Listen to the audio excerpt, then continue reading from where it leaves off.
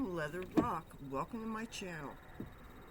This is about when you have those friends who act up and they always seem to be in trouble, but you know that they could do so much better, and you've known them for a long time and you don't want to be quick to kick them to the curb, but you really think, is this enough? Well, it goes like this. There's somebody that I've known who he claims that he's known me literally since I was a teenager, even though, and he claims that he knew me when I was a security guard at the convention hall and all that stuff. And I honestly don't remember him.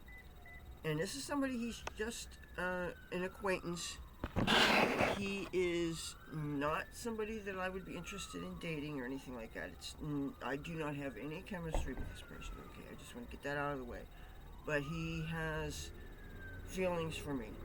And this is somebody who, he's gone through life, supposedly. He was a waiter and a busboy, and he worked in restaurant positions and everything, and he's been allegedly a bouncer, and he's worked security, and so he's worked in the hospitality industry, and he's been gainfully employed. That's what I'm trying to say. But in the years that I have known him here, I have known him as somebody who hung out with people doing all kinds of bad things. I've known him as someone who had a thing for crazy females. He used to tell me stories about the things that I didn't even want to hear, about all these women and their kinks, their craziness, how they emotionally mistreated him, but how they were sexy because, you know, fill in your dirty imagination here. And it's like, I don't even really want to hear this, but in so many of my acquaintanceships, it's like I do have a lot of male buddies, but in these relationships,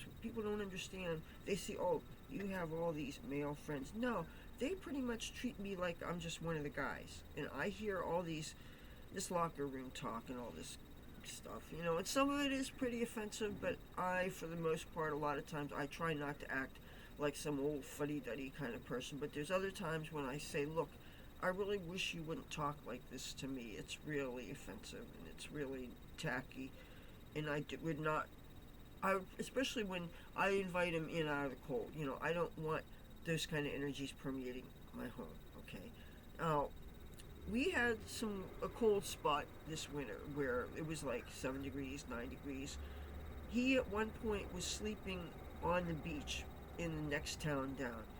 And he had this thing on the beach that was dug out, and it was underneath a lifeboat. So the cops wouldn't, when they were putting their big spotlights, they couldn't see. They're always looking for homeless people to give tickets to, you know. And anyway, he was telling me about how people who he thought he could trust, they wouldn't let him in to retrieve his sleeping bag, and he was out in the elements. So I felt pretty bad for him. And I said, why don't you come in out of the cold for a while? Mind you, this was in the winter time, so I was also pretty bundled up too. And so if somebody was to fall asleep sitting in a chair in my room, I wouldn't feel that they're getting a view that I obviously wouldn't want them to get, you know. But this is a guy who, okay,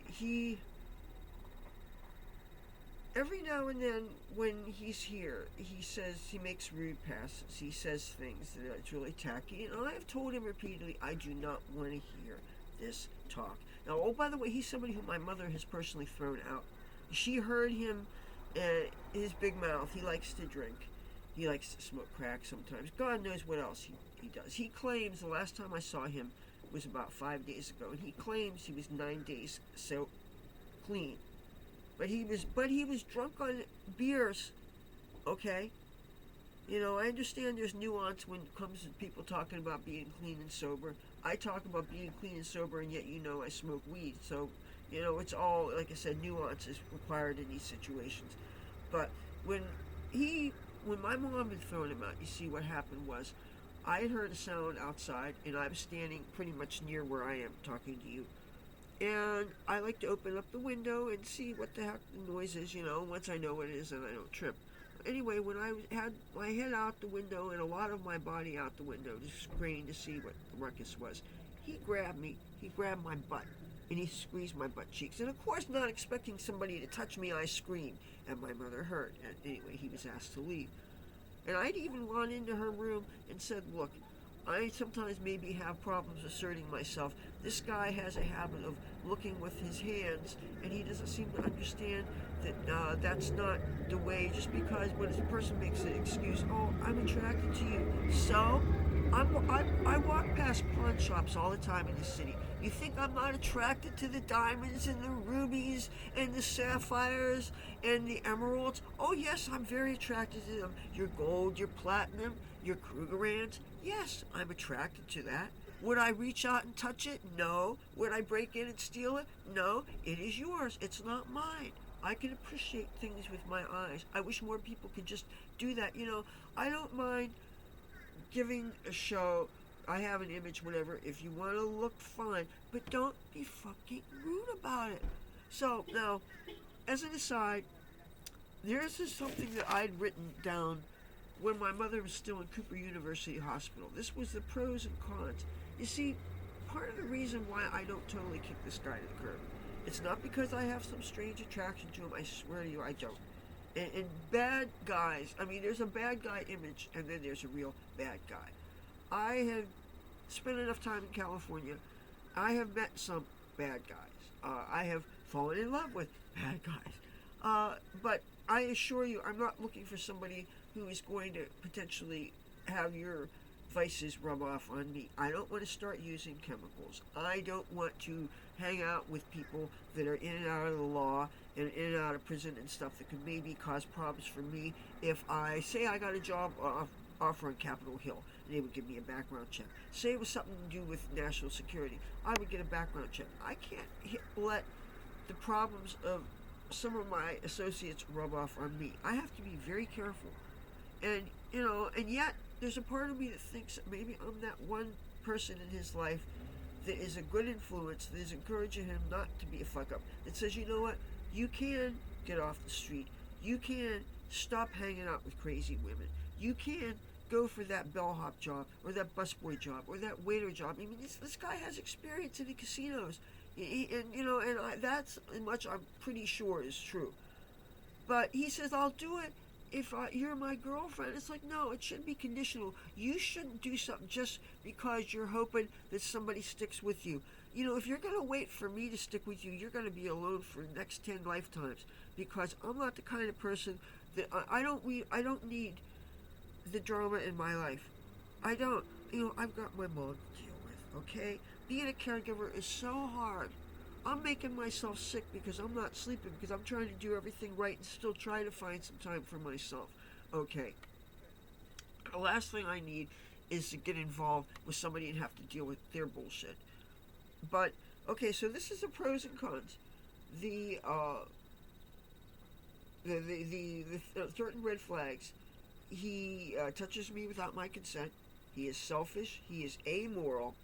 Oh, one time he falsely accused me of stealing some weed he had. I'll tell you about this. He was here. This is in the winter time when he was up a little up. And I was literally over there on the other side of the room. I was in my bed. I was nowhere near him. I had no way of knowing that he had any weed, because he certainly didn't offer any to me. He was here for a couple hours. I may or may not have made him some soup or something, I don't know. He left. Later, I guess he'd lost his weed or misplaced it. He was mad. He even started telling people around that I, quote unquote, stole his weed. And, to be falsely accused, that is really, really hard to forgive. For about a month, he and I weren't speaking. For about a month, I would go out of my way to avoid him, and go out of my way to avoid certain streets, go in certain places, and unfortunately I run into him sometimes. Because he was talking shit, Excuse me. So, finally, things blow over about 2 months. He talks to me like nothing happened. That's the thing, is people, I'm sure he probably found it in an old shoe or whatever. But instead of going, I told him, I says, dude, I need you to go to all those people that you falsely accused me of and tell them, you know what, I fucked up, I didn't do it, Leather's not a thief. He probably didn't do that. But you know what, people in your life who are going to go and spread lies about you, obviously, can't be trusted. Oh, and I said he's amoral. One time, after I had lost or gotten stolen that first cell phone I had, the one with all the footage of my dead cat, he told me that he found a cell phone, and right away he went and deleted all the pictures and video that was on it. He worked his way into the phone to that. Instead of taking a look at the pictures, figuring out, oh, I'll try to get this to the person it belongs to. If you show the pictures, the person who's missing that phone will say, oh my God, somebody has my phone. You can give somebody their pictures back to them. But instead, what he did is he deleted everything. And he told me about it. And I guess he figured I would be like, hey, high five, criminal. I was disgusted. I was thinking, I know how I would feel if somebody said, oh, were those pictures of your dad? He's been dead how many years? Oh, I'm sorry I deleted it. Oh, were those pictures of your cat? Oh, I'm sorry. He's dead? Oh, and I deleted it.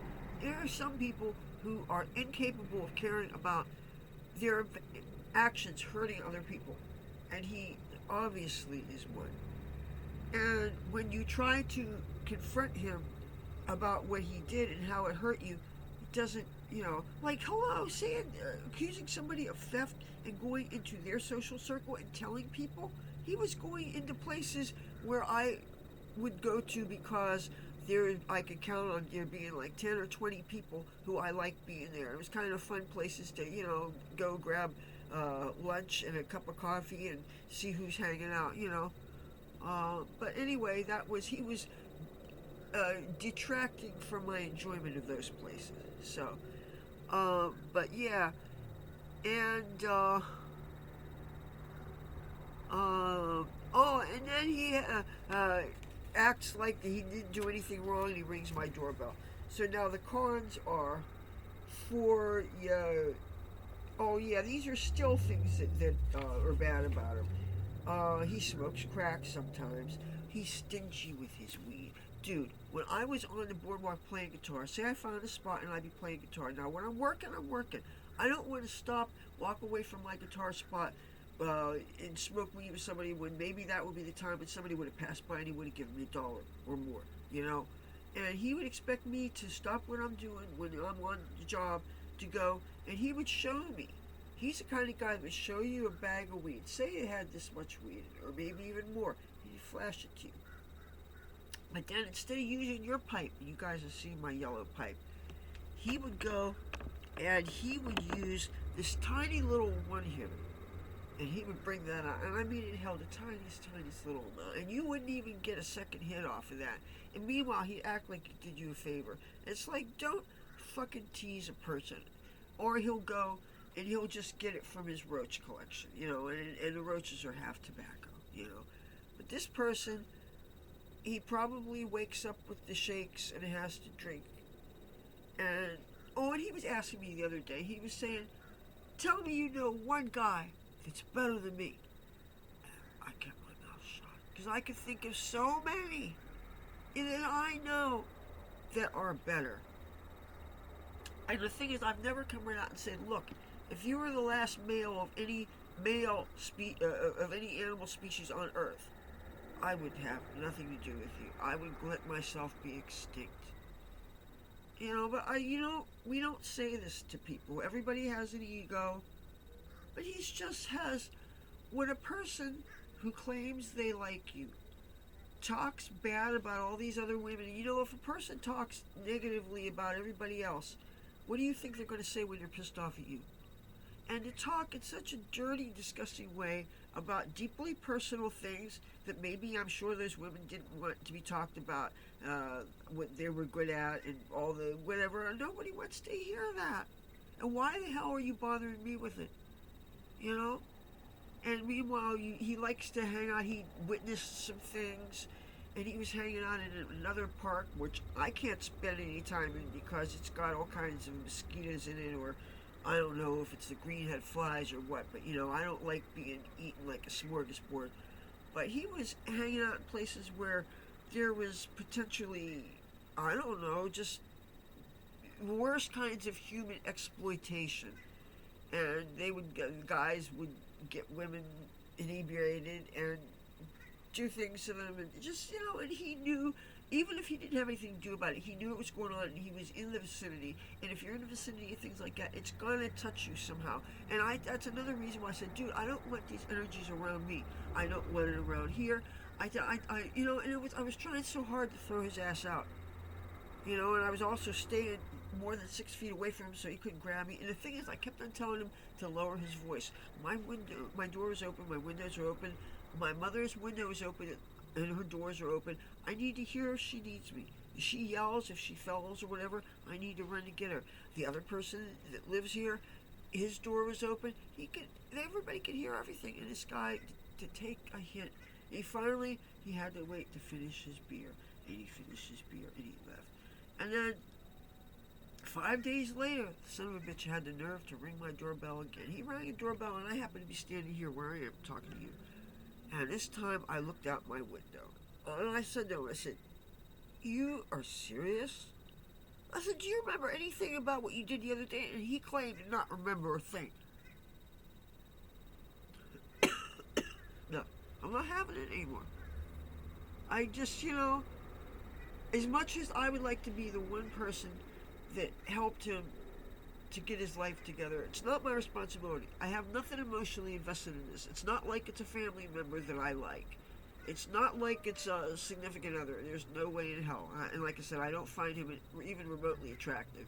And once I know that you're smoking crack and hanging out with lowlifes, trust me, there is no chemistry at all. There's nothing. There are people who, some years ago, here in AC, were of a certain look that I would go for, but because I knew that they were doing things, and I didn't want that. I didn't want to catch AIDS or something. With some of the things that people are doing makes them a definite disease risk, and I didn't want the drama and all that stuff. So no, I've had enough. Do you have friends like that? How much do you take before you finally say, you know what, I can't do it anymore? We have a right to our peace, right? All right, well, I'll talk to you guys tomorrow. Bye.